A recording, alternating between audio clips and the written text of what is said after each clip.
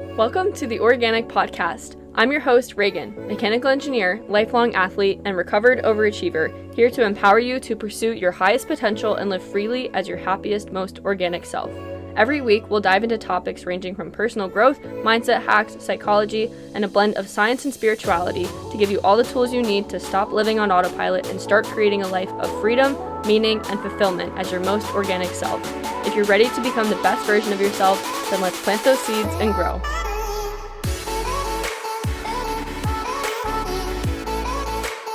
What is up, you guys? Welcome back to the podcast. Today's episode is going to be a little different. I'm just going to be very vulnerable with you guys and kind of go into the backstory of my experience with perfectionism. Hopefully it can help any other perfectionists out there feel a little bit less alone, feel a little bit more seen, or think a little more deeply about why you even are a perfectionist in the first place. But mainly, guys, this is also just going to be a challenge for me because, just to get into it, the first 3 episodes I recorded, I wanted it to be in a batch so that I could put 3 out there. I wanted to have some respect for the podcast launch and have a robust system and structure to it, which is very much in line with me and how I work. I like having things well set up. I like doing a good job of things. I have always leaned towards the type A perfectionist kind of overachiever vibes. As I say, recovered overachiever, I have dialed it down a lot since my past version of self, from being super overachiever, basing all my worth in what I do. That's actively something I'm learning to get away from. And I say that today is going to be a challenge for me because the 3 episodes I recorded, I wanted them to be good. I wanted them to be as perfect as I possibly could make them. And with that, I edited them a good bit. This didn't mean that I went back and changed what I said. It meant while I was recording, just to give you guys some backstory or explanation of how I record these, I'm actually looking at GarageBand right now, recording my thing. I can pause this and start saying a new sentence with pretty cohesive flow. You guys don't even realize it. And I did that. Well, I'm sure you can tell if you're actively thinking about it. Some aren't as smooth as others, but I did that a lot in the first 3 episodes because I wanted them to be perfect. I wanted it to be as good as possible. And honestly, with this podcast, it feels like something where I need it to be so formal. I have this pressure on myself for it to be so much more formal, so much more put together, etc. But at the same time, the way that I show up on social media, on my stories, on my YouTube channel, all of those ways that I speak, it's very authentic and it's very unrehearsed, which is not to say that those episodes were not authentic and unrehearsed, because everything I said did kind of just come with the flow of how I naturally speak. But I definitely was very picky with how I said things, or I definitely had a take that I was I didn't really like that too much, and I would redo it. And because of that, not only would it take so much more time, but it also amplified how much pressure I was putting on myself to have this perfect outcome, this shiny piece, this shiny metal box to deliver to you guys as a gift for my podcast to present to the world. Now, I know objectively this podcast is not reaching 1 million streams tomorrow. It's not getting 500,000 downloads in 2 seconds. Podcast, you play the long game. I'm very much aware that I'm playing the long game here. And I'm also aware that I'm not basing all of my worth in the numbers. I can look at how many downloads each episode gets. I can look at where people are listening to and from what countries and all the stats and just see the very number metrics of the podcast. And I've actively chosen to remind myself every time I look, that does not reflect the quality of what I'm sharing with my voice. I even know the podcasts that I've gotten the most value out of are ones that I find over a year or 2, plus later is how it seems to have happened for anyone I've actually listened to and gotten a lot of value out of. I've found them way down the line. And then, of course, you find new episodes, you find old episodes from searching something or just hearing a guest episode. Then you start binging, and then you actually get an idea of that person, and then you might follow them on Instagram, and then that leads to more of an involved basis in learning from them and getting value from them, or just enjoying their presence, enjoying being in their energy, as people like to say. And I know that's all real. Which is not to say that I'm doing all of this for metrics, that I'm doing this to be a funnel for everything else. Above all else, this podcast was a sacred space, the intention for it was a sacred space for me to share my voice, which is something that is extremely important and integral to my entire purpose here on this planet. I know that. I know that sounds dramatic, but I know that so deeply in my heart that this podcast is so much more than just one episode at a time to give punchlines of value and things to take notes on and whatever. Like, that's not who I am. That's not what I'm meant to be here. That's not how this podcast was meant to come across. And yet, I still find myself trying to be such a fucking perfectionist with it, and I'm getting so tired of it. So this episode, I'm challenging myself to not hit the stupid fucking square pause button once and just talk to you guys, which is something that I have no problem doing. I've done it on YouTube before, but like I said, I feel like the podcast has to be so formal and has to be this like polished product, and that's something I've worked through with my mentor at the moment. Like, can I start before it's polished? Can I start before everything's perfect? It's a big lesson for me to learn. And in reflecting on this, I think it's something that can help anyone else going through the experience of perfectionism, because literally, guys, this is my third take of this podcast right now.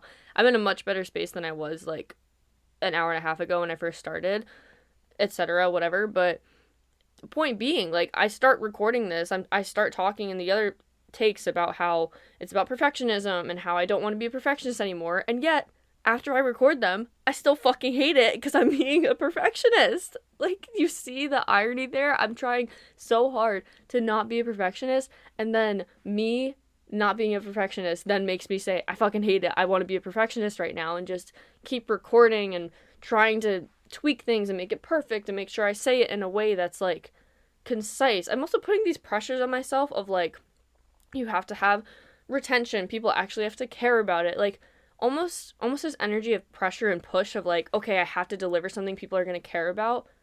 But that feels so uncomfortable compared to what I know is right for me, and it's also right for you if you're someone who is made to share your voice in some way, or called to share yourself in any capacity. Like, you're not sharing to fit the mold of what other people expect. You are sharing yourself so truly and authentically that other people are naturally drawn to it through your authenticity. So, like, don't go backwards trying to fit the mold of, like, oh my gosh, it has to have these 3 points and this hook and this value and whatever. Like, all these marketing tactics, which might be way more helpful down the line when you're already established and whatever, but people don't want that. I don't want that. I get value listening to podcasts, hearing people fuck up their words and just being themselves, maybe not having this perfect polished, like, plethora of resources and, like, a perfect line of sentences in a podcast to spit out value. Like, I get value most from connecting with people authentically, feeling like I can actually understand them more as a person and, like, get to know them. That's how I feel best listening to podcasts. That's how I've learned best from other people and learned to trust them more. And that's my goal for this show. It's not to have this perfect piece to fit to everyone else, to be like, oh, I hope they care about me. I hope that everyone else sees that, like, look, it's good, guys. Please just listen. Like, ew. That is so not the energy that we're in. And that's not necessarily the energy I recorded those first 3 episodes with. But I think you guys get the picture of that kind of, like, scarcity energy, that lack energy of, like, oh my god, people already aren't going to care about it, so I need to, like, go the extra mile to try to make it perfect. That's not the vibe. That's not the vibe. Not the vibe anymore for the person that I am now. If you did not listen to the first episode about my story, just as a short synopsis, I used to be very, very, very much so an overachiever and a perfectionist, and, like, based so much of my worth in how much I did and how productive I was, and therefore how other people saw me as a productive, high-achieving person. The way that other people perceived me was so important to my, like, basis of self-worth. And that's actively something that I'm deconditioning from and replacing with new beliefs that actually serve me, and learning to understand what it means to genuinely have a high sense of self-worth, not related to what other people think of you. This, I really do believe, is a core tenet of why you're such a perfectionist in general, because when you're trying to perfect something, you are already assuming that doing just, like, a good enough job, not, like, haphazardly, not half-assing something. Very different thing to half-ass something versus doing something where you put genuine effort into it and you get a product that like really is like, it's good, it's still good, but you have a little voice in your head that tells you, oh, well, it could be better, it could be better, it could be better. The fucking annoying, like, nonstop replay robotic voice in my head sometimes of like, well, it could be better, it could be more perfect, maybe that's not good enough. That's the perfectionist tendencies. Being haphazard about something and half-assing something, that's not the same as doing something to the point where it's like good enough, but you're genuinely just being so fucking OCD perfectionist about it. That difference there is really based in saying to yourself that like even like 70% effort is not good enough. Like the only thing that's good enough is if something is 100% perfect, and if it's not at that standard, it means nothing. It's like an all or nothing mentality. That does not serve you. I'm going to tell you right now, it does not serve you at all. A lot of other people talk about this. I've heard this on other podcasts. I've heard this from someone I look to as a mentor as well. But the all or nothing mentality is just rooted in caring so much what other people think and a low sense of self-worth. So caring so much about what other people think and perfectionism overlaps in the sense of when you go the extra 1,500 miles to try to perfect something, it's because you're already anticipating that someone else is going to think less of you if you don't do that, or other people are going to judge you, they're going to think that you aren't doing a good job, or whatever. Insert whatever fear you have about a way that someone's going to feel if you don't try your absolute hardest. Trying to be perfectionist, like, kind of prevents you from that feeling, because you can say, if someone does judge you, okay, at least I, like, did literally every single thing that I could to possibly do it, so you can write it off a little bit easier. There's another thing I wanted to say with that.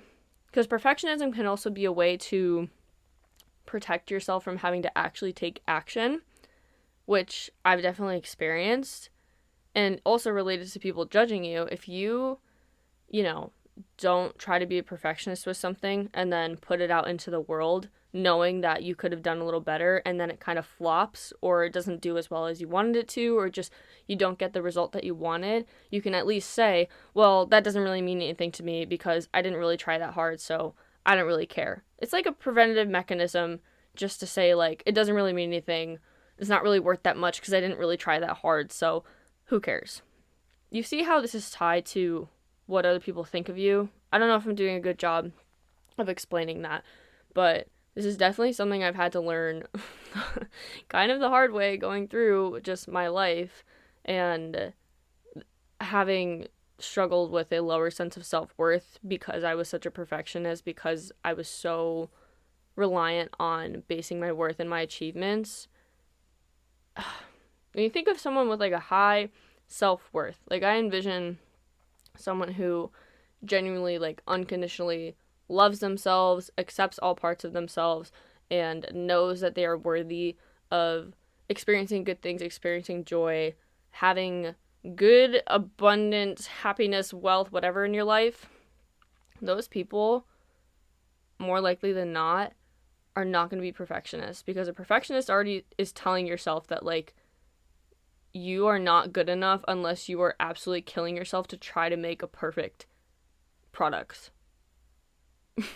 Like, when you say it out loud like that, obviously it sounds bad, and you're like, well, I would never say that to someone else. I would never say that someone doing their best with what they have in the moment is, like, not good enough, or it's trash, or it means nothing. There's always going to be things that you can keep working on. There's always going to be ways that you can keep trying to perfect something, but there's not really a return on investment when you get to a certain point where you are sacrificing so much more time and energy to try to make something so perfect that it's just taking so much longer, and you're losing value in how much more time it's taking you for not that much of a return for how valuable that thing that you are working on actually is. In the sense of, let's say you work on a project, something, homework, job, whatever it might be, where you put in a solid amount of effort, and it takes you, takes you like 10 hours. You get to like 85, 90%. 10 hours. You're like, okay, that's fine. That's good. You could spend probably another double that time, another 5+ hours trying to like perfect it to the point of getting 10% better to get to like 100% perfection, which realistically is not actually a possible thing to achieve. Like, nothing is ever fully perfect, and perfect is low-key subjective. Like, there's blurred lines there. It's a gray space. But spending so much of that extra time just to get to that extra 10% is not worth it in most cases. Obviously, it depends. It's a very subjective thing. Take it with discernment, apply it as you should. But the core point of what I'm trying to say is, it's like I'm seeing a graph in my head right now where straight line up, you get to a point where you're at like, okay, 90% quality given the amount of effort. But if you keep going past that point, it like kind of levels out with just how much closer you can get to that 100%. But to get it closer to 100% perfection, you have to put in so much more work than what's actually going to be worth it for you. Is this making sense? I hope this comparison is making sense and I'm not just running circles around myself. But genuinely, perfectionism is not worth it. And telling yourself that nothing is good enough unless it's perfect is a really easy way to avoid taking action and to continue to affirm to yourself that you are worth nothing unless you absolutely kill yourself to be perfect, which no one will ever be. I don't wish that on anyone. Perfectionism fucking sucks. As I said, literally recording today, this episode, I could probably say, well, no, I'm happy with this take.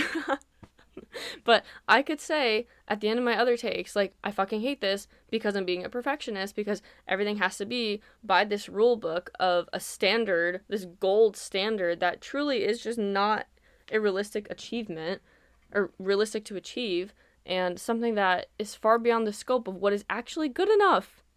In 99% if not all cases, the things you're working on, how you're showing up in your life, habits you're trying to improve, a lot of this also doesn't have to be like so structured in the sense of self-improvement or being productive on assignments. It can also just be with how you're showing up for yourself and trying to change your beliefs maybe, or just being any capacity of your life. Apply this as it's relevant. Like, in most cases, you're already doing a really good job. You're doing good enough. Like, if you are trying with good intentions in your heart to work on something, odds are good it's already good enough with, like, what you're doing. That is not to say to take away from ambitions to always have a desire to make things better or to have a very high standard for yourself. I do think that that's a good trait to have. It's better than not caring about the standard at all. But there's absolutely a limit that gets reached when it comes to trying to make something so perfect where it's just simply not worth it anymore, and you get to show yourself a little bit more compassion and kindness and save yourself so much energy trying to go the extra mile to make something perfect, when in most cases everything is just already good enough. It's good enough. I posted on my story about this I want to say last week at the time I'm recording this. It's a Sunday. I'm actually going on a trip this week, guys. BTS in my life. I've been waiting. Oh my god, I have been waiting for this trip literally the entire year. I love my job. It's also kind of demanding sometimes with field work and longer weeks, and I feel like I just haven't had much time to really have a true recovery period, which is it's not the fault of my job. I also am kind of newer, so my PTO is kind of limited, and fucking used like 3 days of PTO for skiing in the winter, which I will not be doing anymore. I'm sorry to my boyfriend. I'm sorry to my boyfriend. We went skiing so much. I have no PTO. I won't ramble too much, but anyways, with my job being more demanding and like in waves, like it fluxes a lot, but I just need rest so bad. I need to become a literal vegetable. Therefore, I am pre-recording this episode to drop on the Thursday, well, 2 Thursdays actually, when we will be gone. So I'm really excited for that, but why did I start talking about that? Hold on. Okay, that's my one edit. I remember. I posted on my story last week talking about how I was re-listening to the second episode that I put out, Post-Grad Despair. I recorded like a take that I used for obviously the episode that you can go back and listen to now, and I stepped away from it for a few days, and I truly thought to myself that it was not that good and I would have to re-record the whole thing. Then I listened back to it and I was like, that's not even bad. Like, what am I talking about saying that is bad, that I'm going to need to re-record it? Like, that's pretty fucking good to me. I'm happy with that. But it just goes to show, like, the mental warfare that happens in your head when you can try to be such a perfectionist, or you're so used to just trying to make everything perfect, where it's like you think that the work you're doing is so much worse than it actually is. You're giving yourself so much less credit than what's actually deserved. And especially if you're someone who already cares enough to be a perfectionist and have those tendencies, you are someone who's actually working hard enough as it is. Like, you're already doing a really good job. You are. I'm not just saying that. Like, you're doing a really good job with what you're doing. I can guarantee you this applies to most people, especially the type A perfectionist personality kind of people. Like, you're doing a good job. Stop being so hard on yourself. Chris Williamson, I've heard him talk about how it's like type A person with a type B problem versus type B people with a type A problem.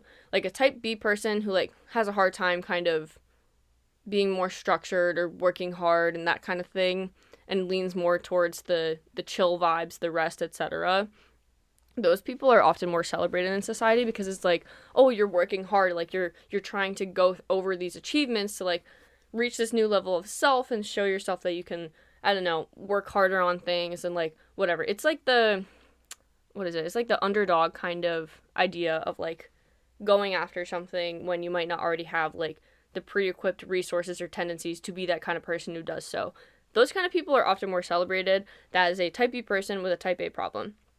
Type A person with a type B problem, I definitely fall in this category, and if you're listening to this episode, you probably do too, where you're someone who has been, like, that overachiever, perfectionist. You do a lot, you work a lot, you, like, value your hard work and the product that you put out, or the ways that you show up in your life and how you show up for yourself, and just all of that realm of, like, being structured, organized, productive all the time, and more hard on yourself.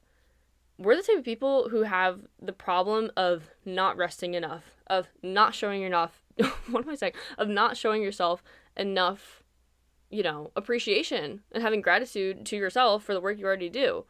Like, you need to bring in those type B traits where, like, you're happy with where you're at and you're not really, like, killing yourself to force these results and productivity. You need to bring more of those problems into your life, but those people are not celebrated. Like, we don't say to type A people on the regular, like, wow, you really need to slow down. A lot of people in society probably think that the general message that we're all getting from how we're all expected to live is to work a lot and care about your results and care about the stats and the productivity and the metrics. And it takes away from the actual connection to humanity and yourself and saying to yourself that you are good enough as you come. Just be a little easier on yourself. Like, no one's really hearing that advice on the mainstream to genuinely show yourself more compassion and be kinder to yourself.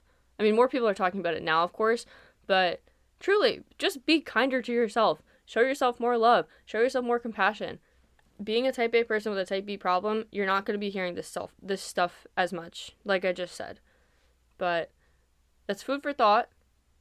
All in all, we just need to be nicer to ourselves. Need to be nicer to yourself and not be such a hard ass on yourself. That little voice in your head that tells you this isn't good enough. For me, the type of shit that it says to me when I'm recording these episodes, this isn't good enough. No one's gonna care. Why are you saying it like this? That literally sounded so stupid. This is dumb. You're not doing good. Why are you even doing this? Literally go upstairs. This is dumb. Like, you're not in the mentality to be recording an episode right now. That's the shit that genuinely goes through my head sometimes. Literally. Like, I have the little voice too. And you can call it your ego. You can call it whatever. I don't think that banishing your ego, like it's an evil part of you, is something that serves you, because those thoughts in your head and the fears that you have are things that, until they are acknowledged, are not gonna just vanish.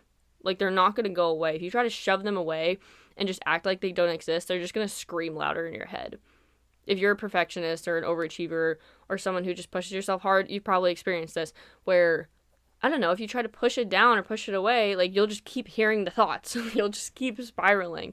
But when you actually expand your capacity to show yourself love and show even those parts of yourself love, and that voice in your head to have a step back and be just the observer of the person having these thoughts rather than listening to all these thoughts like they're fact, that's the key to, like, detaching from them and actually being able to serve yourself in your highest way by not giving them so much power. You are not the thoughts that consume your head. You are just the observer of them. You're just aware of it. this isn't a new concept, but something that I've definitely learned from a lot of people, mentors, podcasts, online in this space. But it's true. It's genuinely true. Psychologists have talked about it for hundreds of years. This is not something new to humanity, that you need to, at the core of most change, separate yourself from the thoughts that are currently running your mind. Because in most cases, if you haven't done any work like this, or like deep introspection on where these thoughts come from, they're not yours, they don't actually serve you, and yet they control your whole entire life, which relates to episode 3 that I recorded before this. But anyways, bit of a tangent, but it's important because you need to just understand that in order to be able to acknowledge those voices in your head. Not to sound like anything, I don't want to say crazy because people get mad if I say crazy, but acknowledge those voices in your head as something that's real. They're fears that are coming up, they're conditionings and stories that might not be yours, and move forwards anyways. Choose to show yourself love, choose to show yourself compassion. Say that me trying my hardest is good enough. And you're going to get to a point where you're going to stop trying so fucking hard, going above and beyond every single thing you do, taking so many hours out of the day, out of your life, that's already, by definition, fixed and limited. Like, we only have so many hours in the day, truly. You're going to get some of your time back by actually just saying, okay, this doesn't need to be perfect. I don't need to make this perfect. Everything's fine. Something else that might be helpful for you guys is to think of things in a way of like, if something's not perfect, what's gonna happen? Like, what happens if something is not perfect? Are you gonna die? Is the world gonna end? Like, is it really that big of a deal for something to have to be so perfect? No. The answer is, in most cases, gonna be no. Like, it really doesn't have to be that perfect. Taking a step back and actually realizing that, especially when you're in the middle of like a perfectionist spiral, can be really helpful. And another perspective that has helped me a lot is to think of things in the sense of like biodiversity. So in an ecological standpoint, just with different environments, it's good to have a variety of animal species, like different types of plants and everything. An increase of biodiversity means that the environment is healthier.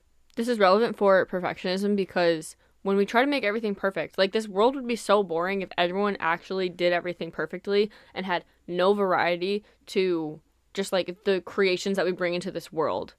Like, if everything was actually so cookie cutter perfect, that is such a boring place to live in. We like imperfections. Think about the people that you love, or classic romance stories where people say, like, the things I love most about my partner are things they see as, like, imperfections. We enjoy imperfections. It makes us feel more human. It makes us feel more real. We don't want to all just be living as these perfect little AI robots that can do everything perfectly. That's not the point of being a human. You are a human so that you can be imperfect, so that you can be a human. So embrace that part of you rather than trying to like shove yourself in a box and keep telling yourself that the work you do isn't good enough unless it's perfect. Because I hope you get the point by now that that's a lie. It's just something that your brain thinks is keeping you safe, but it is not true, and you can actively choose to think differently.